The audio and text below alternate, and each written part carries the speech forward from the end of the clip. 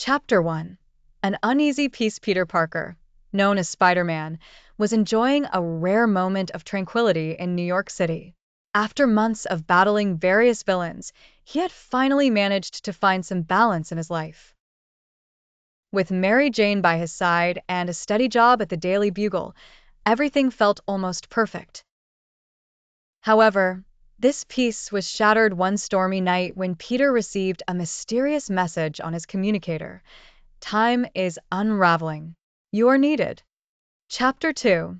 The temporal disturbance. Confused but intrigued, Peter swung through the rain-soaked streets to investigate.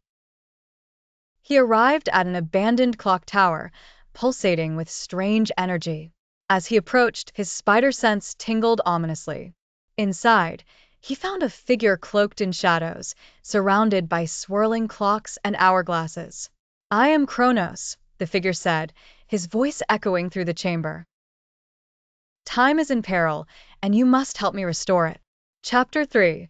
The threat of the Time Thief. Kronos explained that a villain known as the Time Thief was altering events in history, creating chaos across timelines.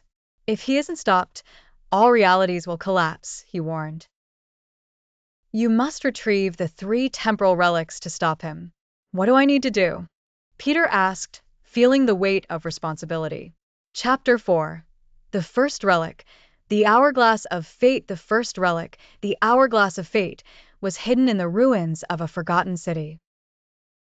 Kronos opened a portal, and Peter stepped through, landing in a desolate landscape filled with crumbling buildings and swirling dust.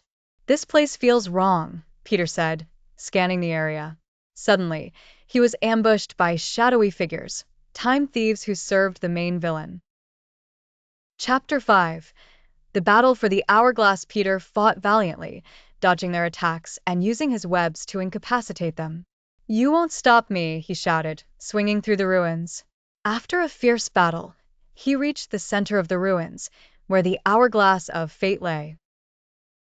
As he touched it, the hourglass glowed, and visions of potential futures flashed before his eyes. "I must use this wisely," he thought, feeling the immense power of the relic. Chapter 6. The second relic, the Clock of Destiny. With the hourglass secured, Peter returned to Kronos.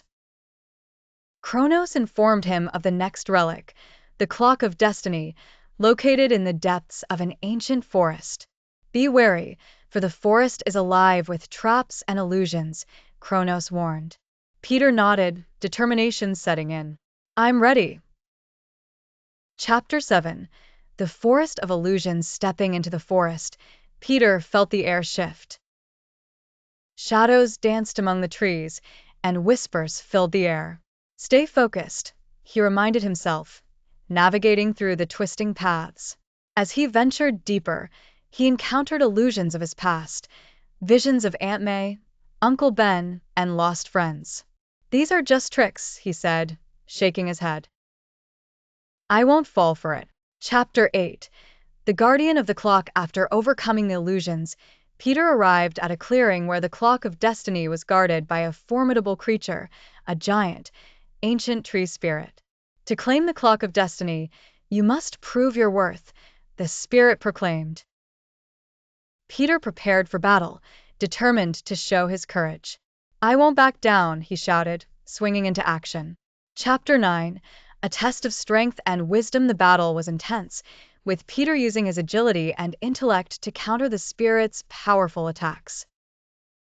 He remembered the lessons he had learned throughout his life: patience, strategy, and heart.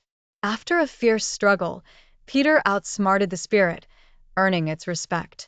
"You have proven your worth, Spider-Man," the spirit said, handing him the Clock of Destiny, which glowed with a gentle light. Chapter 10. The final relic, the Compass of Time. With 2 relics secured, Peter returned to Kronos.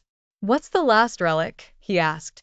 "The Compass of Time," Kronos replied. "It is hidden in the heart of the chronal abyss, a treacherous realm where time flows unpredictably.